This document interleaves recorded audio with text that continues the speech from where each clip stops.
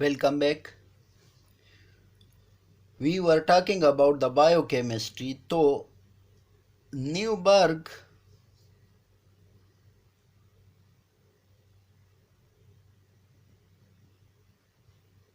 एक ऐसा साइंटिस्ट है जिसने बायोकेमिस्ट्री में बहुत काम किया, तो that is why he is known as father of biochemistry. Number 7 is nuclear chemistry.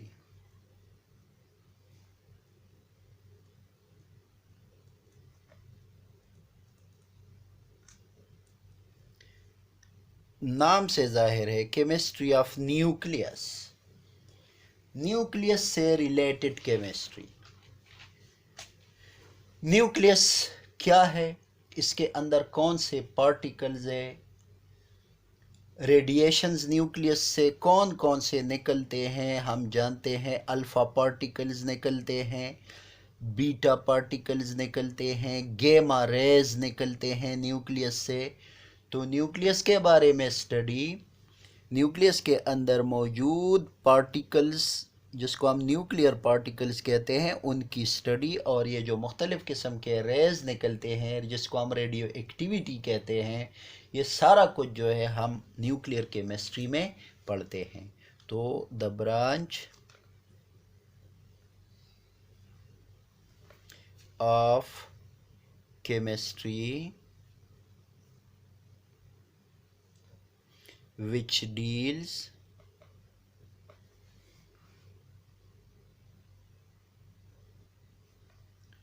with the study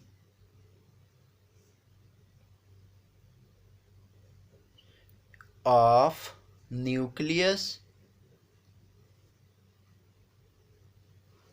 changes occurring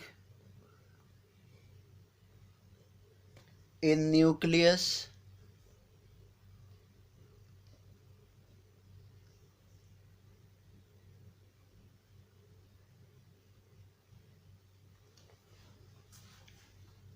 properties of the nuclear particles,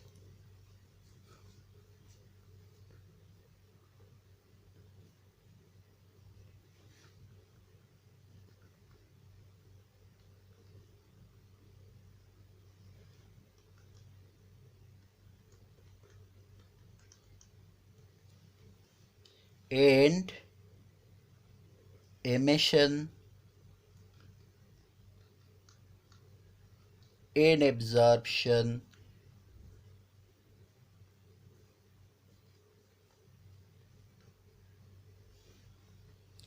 of various radiations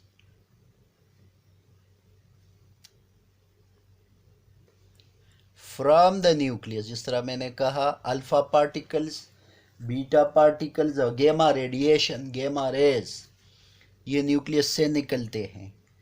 from the nucleus is called nuclear chemistry. बहुत सारे scientist हैं जिन्होंने इस nuclear chemistry पर काम किया, जैसे Rutherford हो गया, बेकरल हो गया, ये क्यूरी हो गई. तो ये जो है बहुत सारे साइंटिस्ट जो हैं इन्होंने इस फील्ड में काम किया. रेडियो एक्टिविटी ख़ासकर इसमें जो है बहुत ज़्यादा डिस्कस होती है. Now we come to the last branch and that is environmental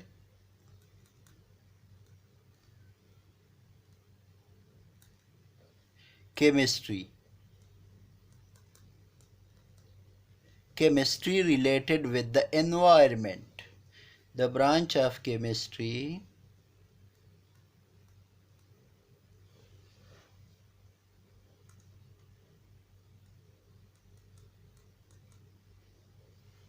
which deals with the study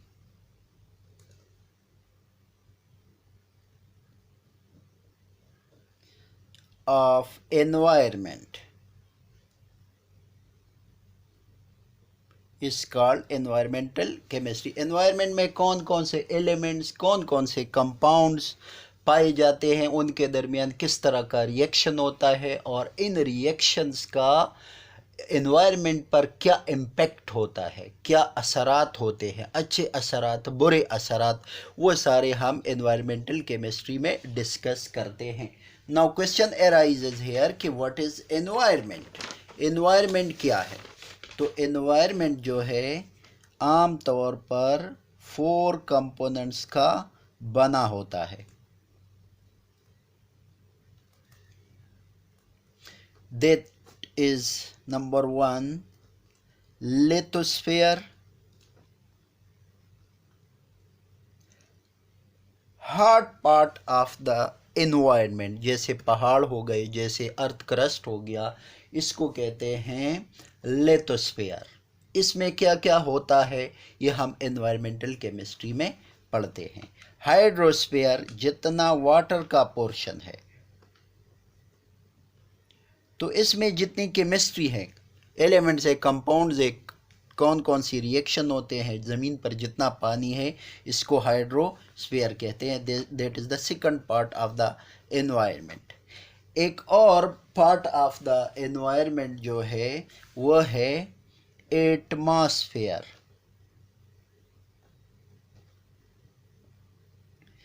atmosphere का मतलब ये है कि ज़मीन के इर्द गिर्द हवा जो पाई जाती है, that is called the atmosphere.